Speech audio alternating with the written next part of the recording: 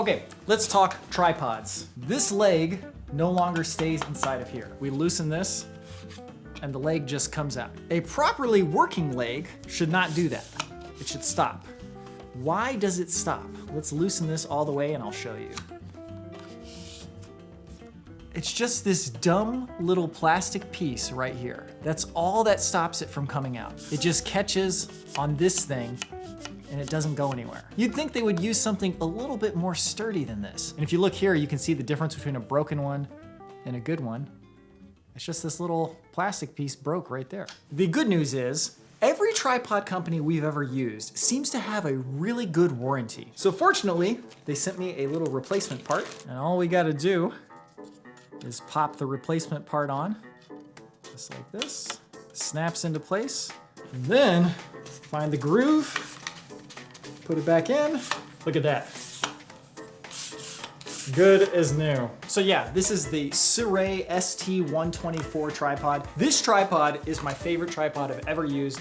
It is so good. I would recommend it to anyone. First of all, I love the twist locks. They're very easy to use, very solid feeling. The overall weight is excellent. And not only does it have 4 segments, but it also has the extending center rod. Lots of times you just need a little bit of height one way or the other, and not having to move all of the legs every time you want to adjust the height is crucial. On the other end of the spectrum, one tripod I can easily not recommend is the Ulanzi PhotoPro X Aircross F38 tripod. This is a fantastically light and small tripod, yes. I mean, look at this thing, and it weighs like nothing. And it has a center column, which is very nice. But the way that you extend these legs is just absolutely horrific. You have to loosen it like this, extend it, which that's not the worst. That's not too bad. It feels not very sturdy, but the big problem is, say you want to just lower it a little bit. You can do one click,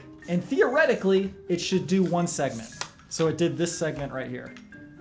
But the problem is, watch what happens when I do it with this leg. One click. Okay, now it chose this segment. If you set this down, it's going to be uneven. And what happens if you want to do a minor adjustment? You just want to go halfway. Well, then you have to do 2 clicks at this point, and then you can tighten it, and then you got to do the same thing for the next one, and you got to eyeball it. Let me tell you, the weight of this thing does not make up for how terrible of a process that is. Take it from me, you want to be able to adjust each segment independently. You can look at the specs of something, but at the end of the day, you really have to use something in the environment where you actually want to use it to know whether it's going to be able to fit your needs or not. And there are times where I'll deal with the inconvenience of the way this works because I really, really want the lightness. But man, overall, I still wouldn't recommend this tripod.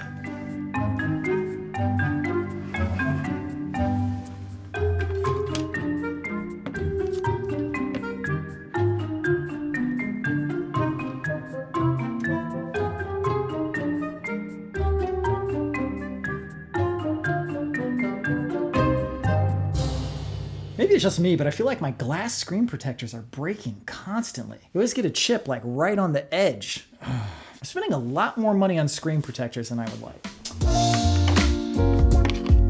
This right here is a Steam Deck. It is basically a portable computer that lets you play games on it. I have finally bought a dock. You just take this little USB-C cable, plug it into the top, turn it on, and you can play your games on the TV. I'd been meaning to get one of these for a long time, but I didn't really know which one to get. And finally I was like, let's just get a cheap one, see how it works. It works great. Now the reason why I don't mainly play my games on PC. Number 1, I still like to collect physical games. Number 2, I don't want to have to turn on the computer using a mouse and keyboard just to get into the game. I know that sounds like such a small thing. Just go up, turn on the computer, and then use your mouse, and then open Steam, and then open the game, then pick up the controller. I hate that. And recently, the company that makes this thing announced something called the Steam Machine, which is this nice little cube computer, and you can turn it on with a controller. Without getting too into the weeds of the Steam Machine itself, I realized I could probably do the same thing with my Steam Deck if I have a dock and a simple PlayStation controller. You just turn on the controller, it is connected to the Steam Deck, and we're in there. If I want to sleep it, I just hit this button, go down to power, hit sleep, it goes back to sleep. If I want to play again, just turn on the controller again. Within moments, the Steam Deck is back up. That is awesome. Why have I not been doing this sooner? Anyways, in case you have one of these, you can get a $20-something Anker Steam Deck dock. Works great. You can have a very console-like experience if you have a controller. It's great. Anyways, I gotta get to work. I will see you tomorrow.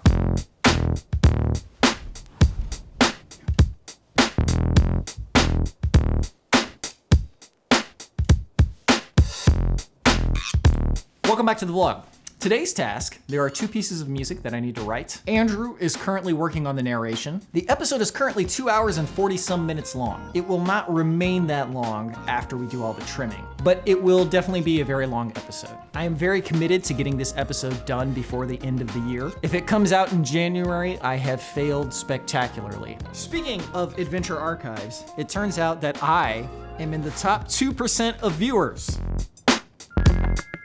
I guess part of the reason is that I'm there for the premieres and I watch all 2 hours, and I watch the videos on other occasions too, so I'd probably be pretty high on the list. But yeah, I think that might be something to be embarrassed about, but it also means that I believe in my product. I am not making something that I don't want to watch. I'm making something that I want to watch more than most people. And I think that is extremely important for any creative work. Why even bother making a creative work if you yourself don't want to watch it?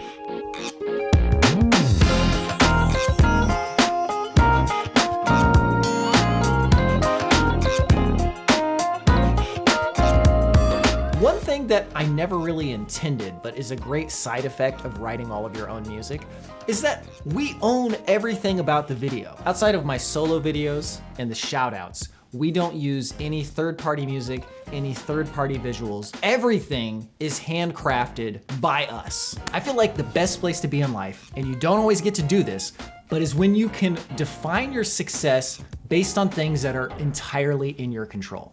So like, it doesn't matter how many people view it, doesn't matter how much money you make, it doesn't matter if it went exactly according to plan. But if you can define your success based on, did I make something that I am proud of, that is going to stand the test of time, and you're able to use that as your metric of success, that's a good place to be in. Of course, all of those external validations, those are good. There's no reason not to pursue those. But for your own sanity, if you can define your success based on things that are in your control, I think you'll probably be much happier in the long run, even if you may not be as successful based on other metrics and numbers. In any case, I'm gonna get down to brass tacks and write this music.